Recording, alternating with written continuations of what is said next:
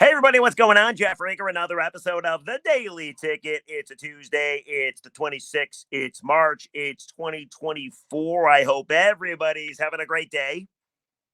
Great start of your week. As always, if you'd be so kind, please subscribe to The Daily Ticket. Follow The Daily Ticket. Rate, review, comment, however you want to interact. I am extremely grateful. Extremely grateful. I also now have no money anymore. I hemorrhaged money first 4 days of March Madness. I'm curious. Can you hit me up in the comments? Did you win? I sure in the fuck didn't. I hemorrhaged money. College basketball is so difficult to bet on. It really is. We're going to get to Cam Sutton momentarily, but I got to tell you this. I suck at gambling, I guess. I won one parlay Friday night. Last 4 games of the tournament on Friday night. The Grand Canyon upset was my final clincher. 4-leg parlay.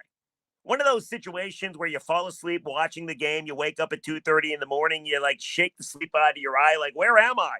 Then you're like, oh shit, I had money on that game. You immediately check your phone. You see that Grand Canyon won. You immediately check your betting app. You see they gave you that money. You climb upstairs to sleep. You wake up at 9 or 8 in the morning, and then you think, was it all a dream? Did I really win a parlay? And I did. It's amazing. Looked at my phone, and there it was in my gambling app. The money was right there. So I thought to myself, wow, I got some free money to continue gambling with. Never thought like, hey, let's cash out, putting in my checking account. No, screw that. And then I proceeded to lose it all. Bet on Oakland to win, they lost. Bet on Michigan State to win, they lost. Bet on the Preds to beat the Red Wings by 2 goals. They beat them by 1. No, it was a bloody, bloody, bloody weekend. I lost all my money. I'm curious, did you? Did you win? I need to hear stories of wins because I sure in the hell have no idea what that's like. But let's get to the story of the day. This is wild. You know about Cam Sutton. Lions quarterback that is no longer the Lions quarterback. He's 29 years old. Back on March 7th, apparently there was a domestic dispute with Cam and a woman. He's wanted for domestic battery by strangulation. So back on March 7th, Cam fled the scene. Okay? You know this already. Couldn't reach him by phone. The authorities were looking for him. Nobody saw him. Apparently a couple traffic cameras caught him, but nobody could actually verify that it was Cam Sutton driving the Jeep. I believe it was a Wagonaire. 3 weeks went by. You haven't heard from Sutton. This day and age, I feel that's impossible. To go 3 weeks off the grid, you start to think the worst. Like maybe something happened to Cam Sutton. Awful story all around. And then yesterday happened. And Cam Sutton, by the way, has not turned himself in to authorities. He's still at large. He's still a fugitive. Of course, the Lions released him. So then yesterday is the owners' meeting in Orlando, Florida. And Rod Wood, the president of the Lions, is talking to the media. Rod told the media, let me read you a couple of tweets from beat writers that cover the team. Colton Pouncey does a great job for The Athletic, said, Lions president Rod Wood said he was on a league call when he learned about the warrant from Cam Sutton's arrest.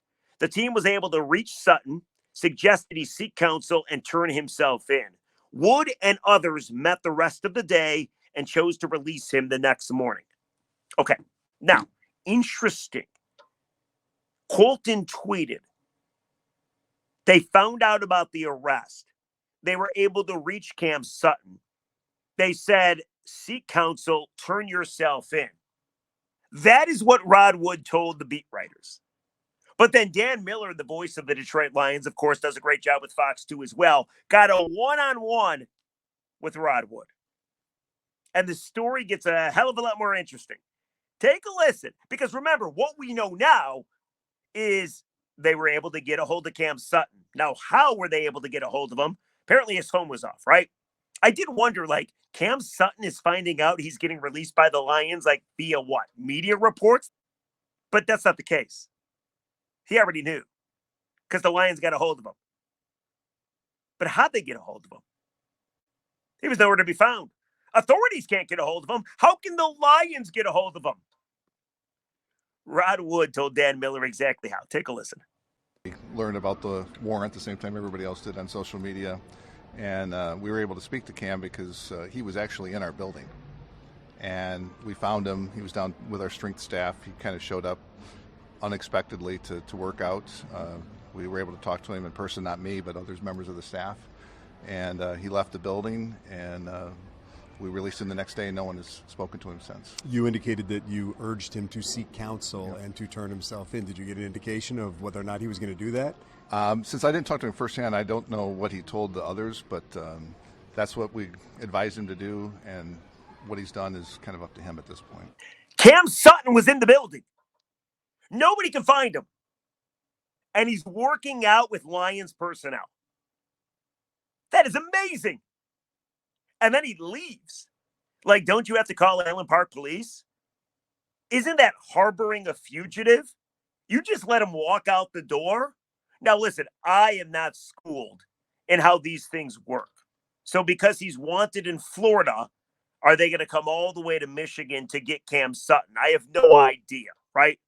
Let's not forget they couldn't find him to begin with.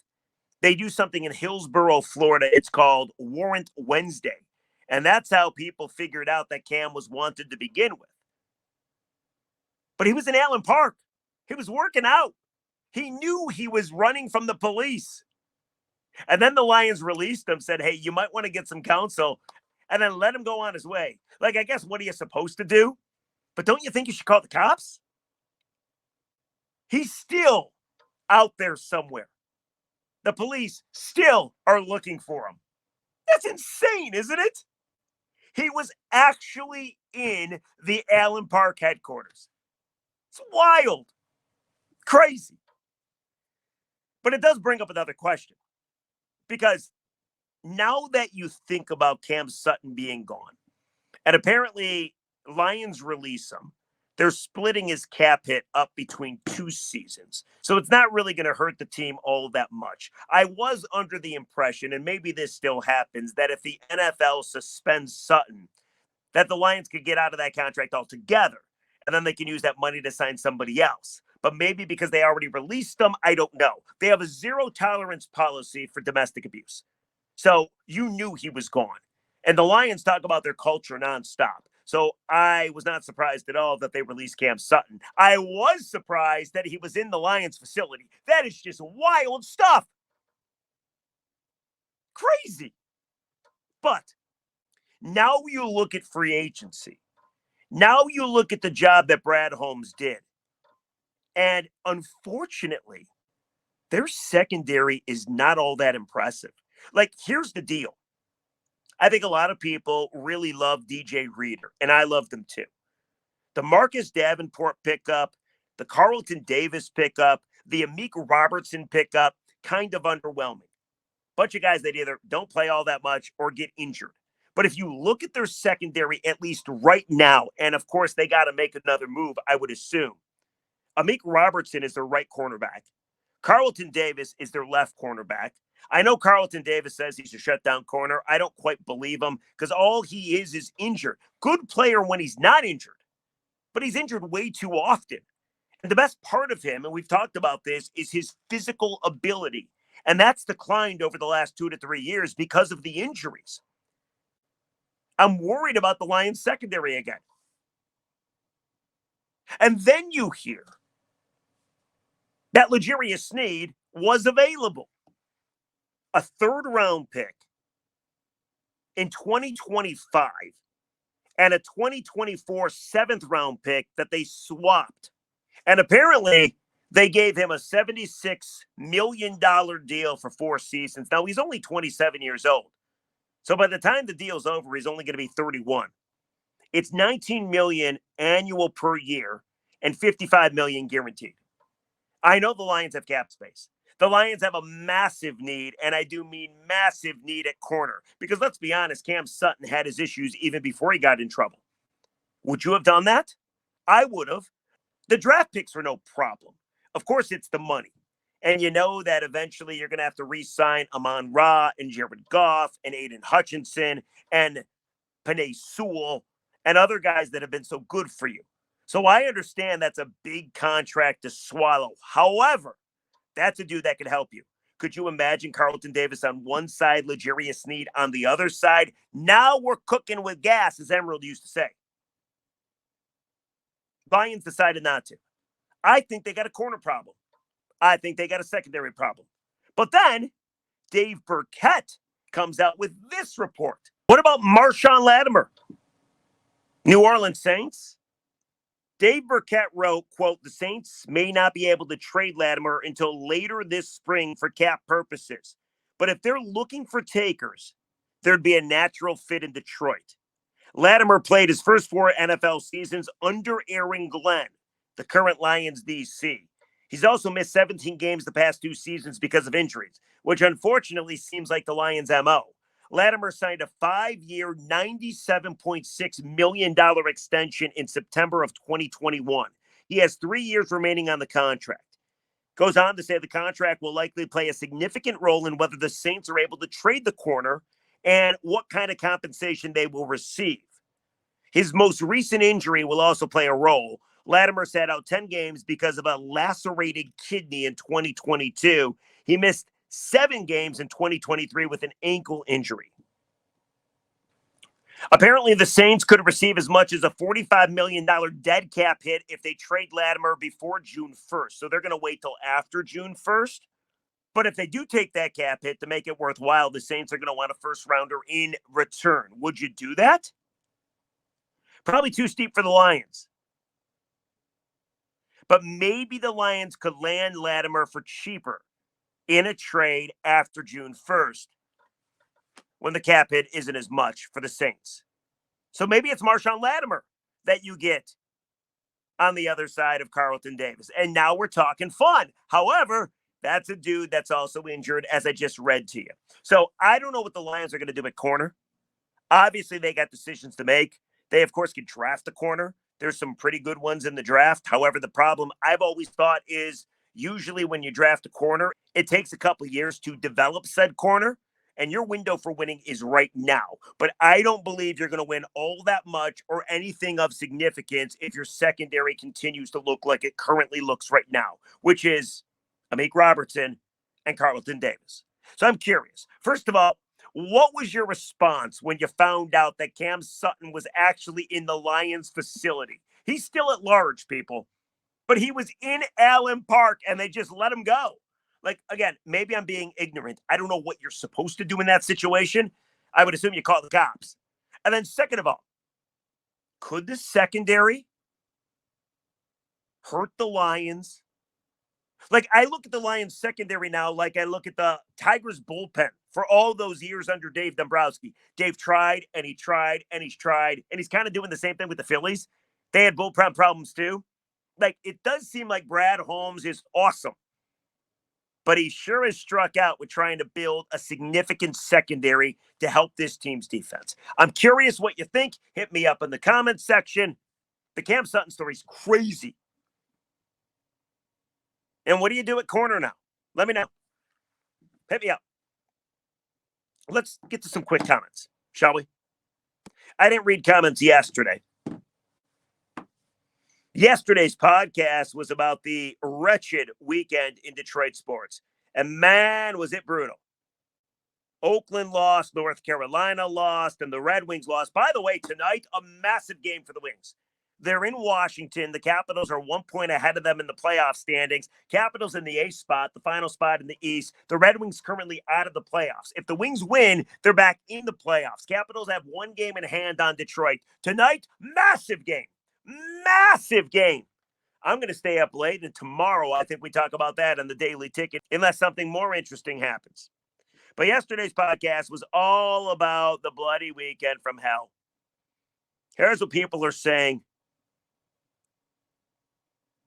I mentioned that Oakland lost, Michigan State lost, the Red Wings lost, but Michigan got their head coach in Dusty May, who is announced today.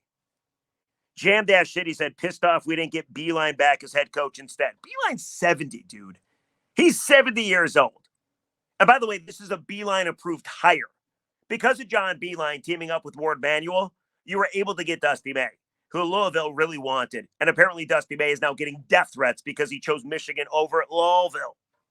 So you might not have Beeline, but I kind of feel you got the second best thing. How about one more?